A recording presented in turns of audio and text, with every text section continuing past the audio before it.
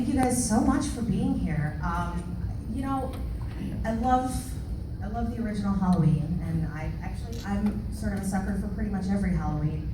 But 4 through 6 kind of holds this sort of special place in my heart because I think it was just kind of nice to sort of see the story come back to Michael, I think, especially after 3. And so I'm going to start with the Michaels today because we have older Michaels and we have the younger Michael. And talk a little bit about how you guys sort of got involved with this, because I know, Don, you did 2, did you do 2, or was that, did George, did you do 4 and 6? He did 4 and 6. I did 5. And you did 5. He's in part of 5 though, too. Oh, okay. Can you talk a little bit about, you know, sort of what it was, your approach to Michael this time around, and just sort of your interpretation of where he was as a character? First of all, I'm at a disadvantage here. I do not have my lead lady from Halloween 4 here, Danielle Harris, but Don has his lead lady here from Halloween 5. I feel like a disadvantage. How to approach the part of Michael Myers to me, I'm sure Don would say the same thing. We're stunt guys, you know. We approach it just being there, put the mask on, and make sure you hit the mark and do what the director tells us to do. There's no big challenge for us in every character because we're confident stunt guys that do the fall, we do the fall. But I think it's more difficult for the actors or the actresses to be more under pressure than Michael Myers' character.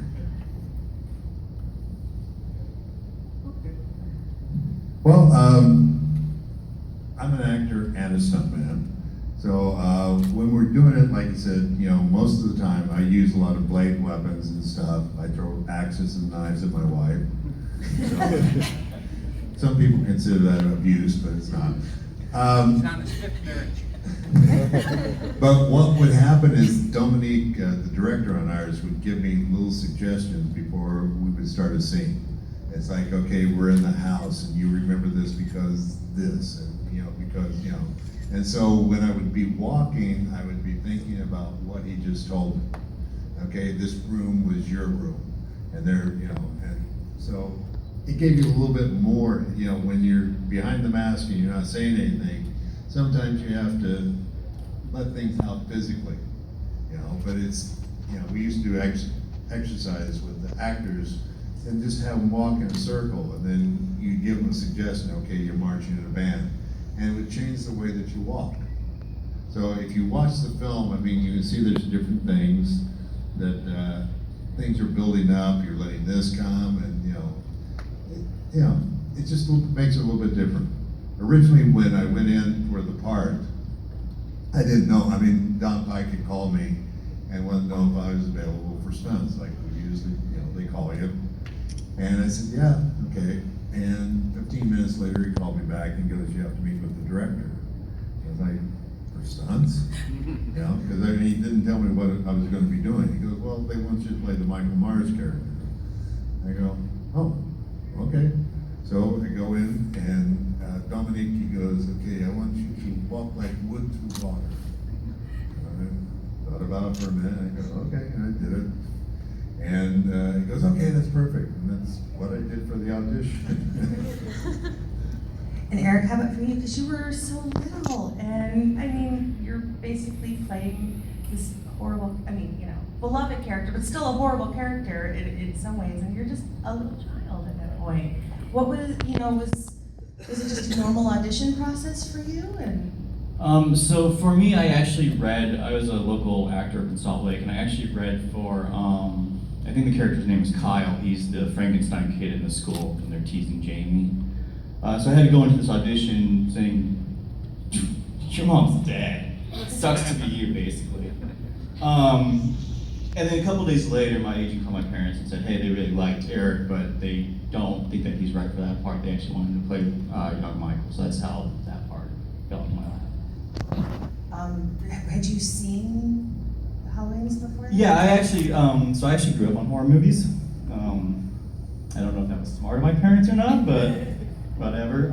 So yeah, I grew up at the time, you know, I knew Freddy, I knew Jason, and then I didn't know Michael by name. I knew Michael was the guy in the white mask. So when my mom was like, hey, you have an audition for Halloween, I'm like, I don't know you know the Halloween movies? I'm like, no, I don't. She's like, the guy in the white mask. I'm like, oh, okay. So yeah, I was very familiar with it, just not by title. George and Don, I want to ask you because, you know, you guys have both worked on so many projects, but in the Halloween movies, you're working with a young child and you have to terrorize her and do really terrible things. And I'm curious, how do you establish that trust with Danielle when she's so young and just sort of be able to make those scenes feel so real? I'm a father myself, 2 daughters. So it's easy to work with Danielle. I treat her like one of my daughters. For the scenes that we're required to do together, I always pull her aside and say, you know, like, I'm George without the mask on, or with the mask on, and I'm Michael Myers. Remember, I'm a nice guy. It's just we're just acting. It's all make believe. Don't help her as I would tell you. And it kind of worked. She was relaxed with me, just to get her being comfortable around us. Guy, Don's father did too, so he probably handled Danielle the same way in 5.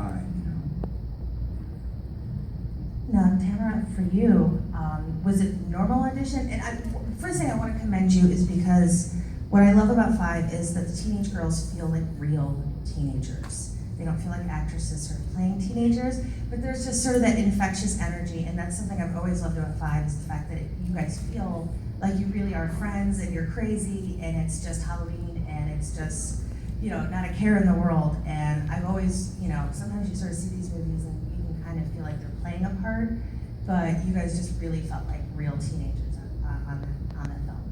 It was, I was in LA at the time, and I'm an Arkansas girl. And I was in LA, and of course I saw the original Halloween when I was 10. And I went into to audition. I fell in love with Samantha as soon as I had the signs and everything, and they put me on tape, and I wanted the role so bad. I did. This was like because my mom, may she rest in peace, introduced me to horror. Yeah, so, but we're okay. We're normal. I think that's probably everybody's story in here. We are all we're all okay. normal. There's nothing wrong with any of us, I promise. You don't know me that well, then. Yes, I do. I know you all do while you know me.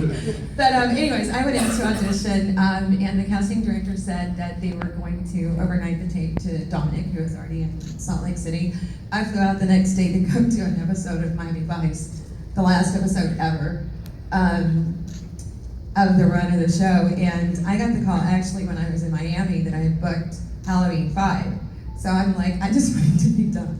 Like Don Johnson, Philip Michael Thomas, I'm ready to go play with Michael Myers. So it was like genuinely, I mean, I was so excited and so blessed, and it was amazing. It was, and Don working with this Michael Myers as well as I'm sure all of us feel about working with our, Michael Myers. It's just an amazing experience. Wonderful. Alan, you have been part of the Halloween world since pretty much forever now. What was different when you came to start working on like 4 or 5 and 6? Because it feels very separate from everything that we sort of saw in like 2 and 3. What was your initial approach? Because it feels very classic. It's the late 80s, so you have to kind of make it a little punchier for audiences. So I was curious if you could talk a little bit about your process for those films. Sure, well, no, Now we're going. So, all right, so, as you said, I was involved with John Carpenter on Escape from New York, and interesting, so his next movie was The Thing, and he turned to me and says, Alan, I'm going to be busy with The Thing, you're going to do Halloween. It was just that casual conversation, and okay, I don't know. So I did Halloween 2 when he was busy doing The Thing. He and I did Halloween 3 together, and then when it came to Halloween 4, he was done with Halloween. He was busy doing other stuff. But I actually said to him, I said, John, they asked me if I do some more Halloween. Are you okay with that? Because there was some issues. No, do your thing.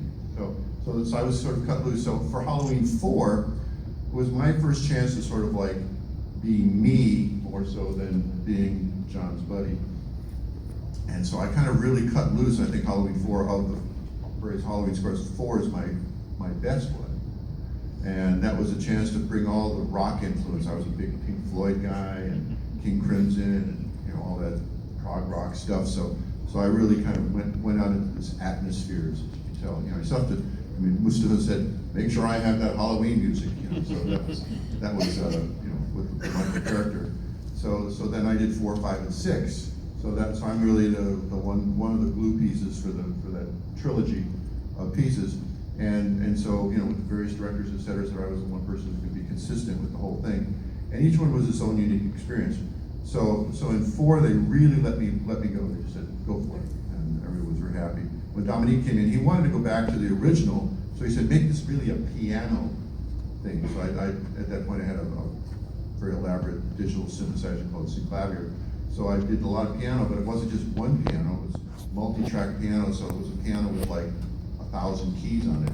Just really focus on the piano.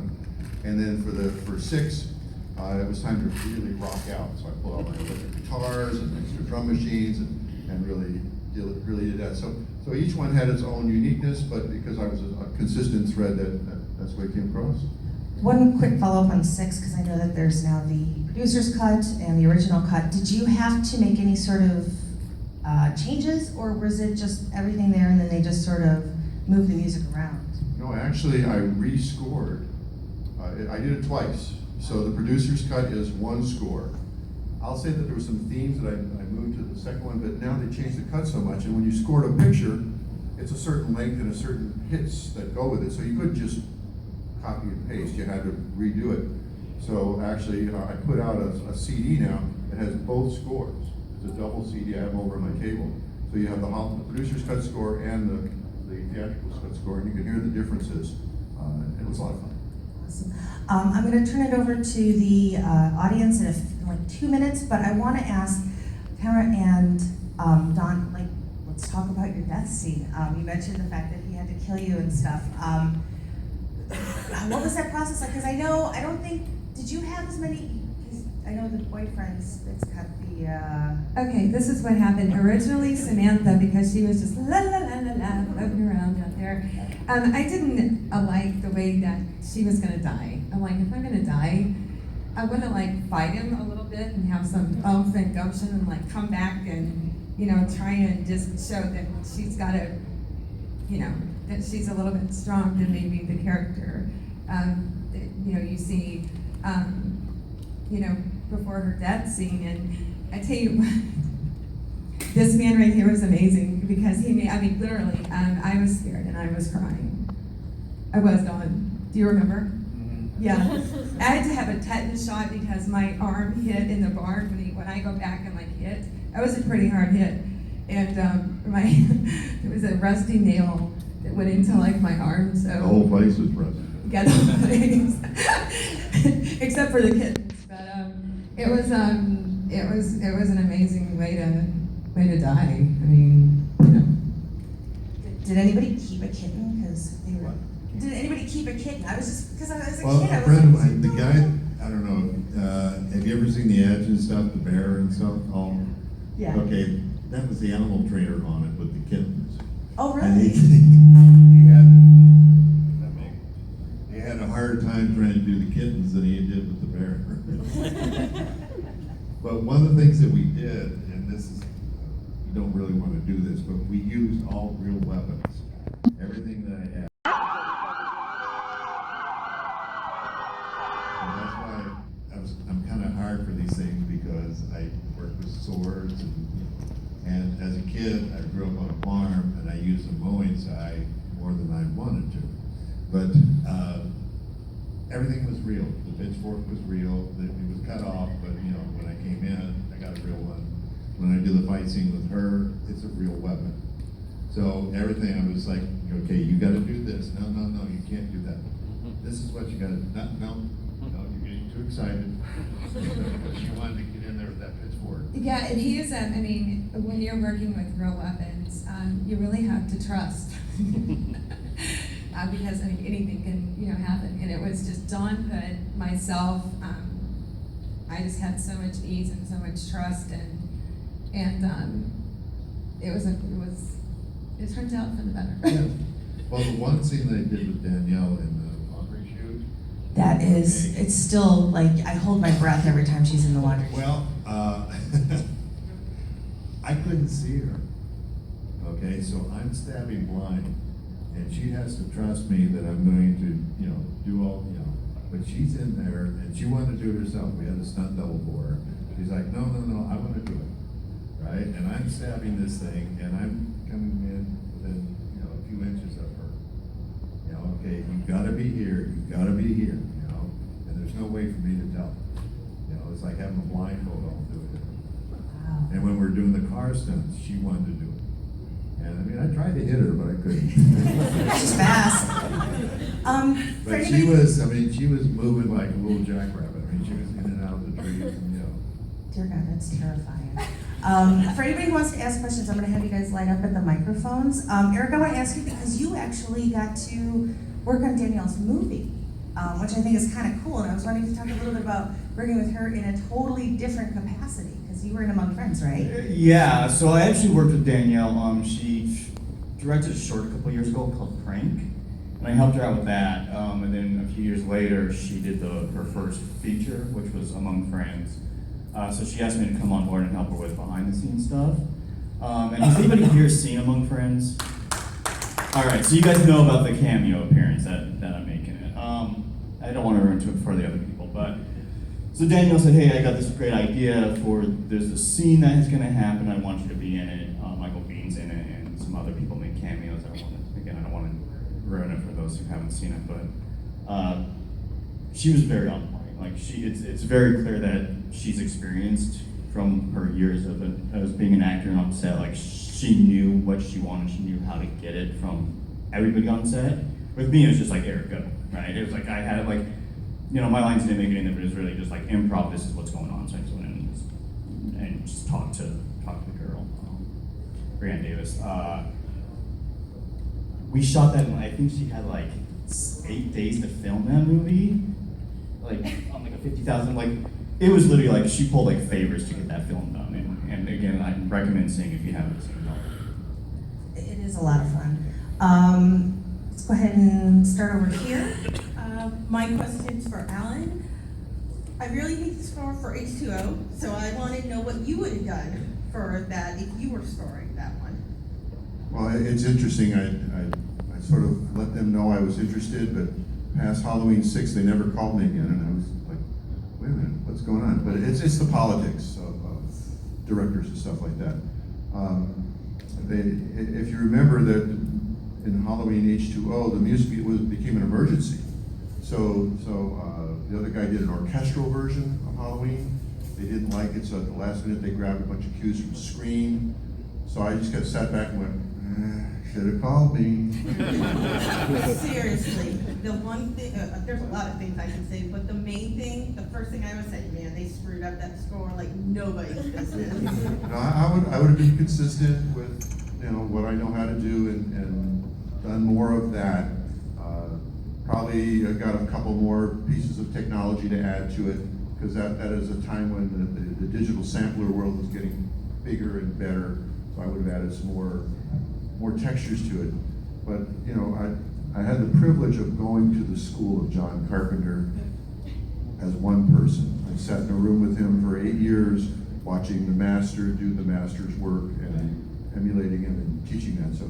So I know how to do that. So they blew it. Thank you. I'm going to ask you, Alan, really quick. Again, guys, if you want to come ask questions, you can just run up to one of the mics. Do you have a favorite score out of the Halloween franchise? Is it 4? Halloween 4, I think, is really where I opened up as Alan Howarth, putting another layer on top of John's iconic music. So 4 is my favorite, but the whole trilogy is still sort of my work. So that's where I got to stretch out. So all those are good. Let's go right over here. Alan, I want to congratulate you on that score, Halloween 4. When you hear that music, the Michael Myers theme, you know right away it's Michael Myers coming. You made that film work with that score. I got to congratulate you on it. Thank you. I appreciate that. Yeah, it was Mustafa obviously driving the train from 4 on, and The only instruction I had was make sure I have that Michael Myers music every time I see it. Right over here. Go for it. What were you guys' favorite kills in the movie? Favorite kills. There you go. My favorite kill? My favorite kill didn't make it to the movie. There was a scene where Michael Myers comes down the river and this guy saves him, and then he had a character called Dr. Death, and his was Theron Reed. He was a punk comedian in Salt Lake. He had a mohawk, and he tattoos the thorn onto Michael, which is the sign of eternal life. And he does all these little incantation over the year, and when Halloween comes, I put the mask on, and over this altar, there's a stone altar, there's a stone that would move. It had a point on it, about this big. And I come up, grab him by the throat, pick him up over my head, I broke his back, threw him on the altar, and the stone, when he comes to life, stands still. And I take that and I put it through his chest. But all my kills are good. I kill like a champion.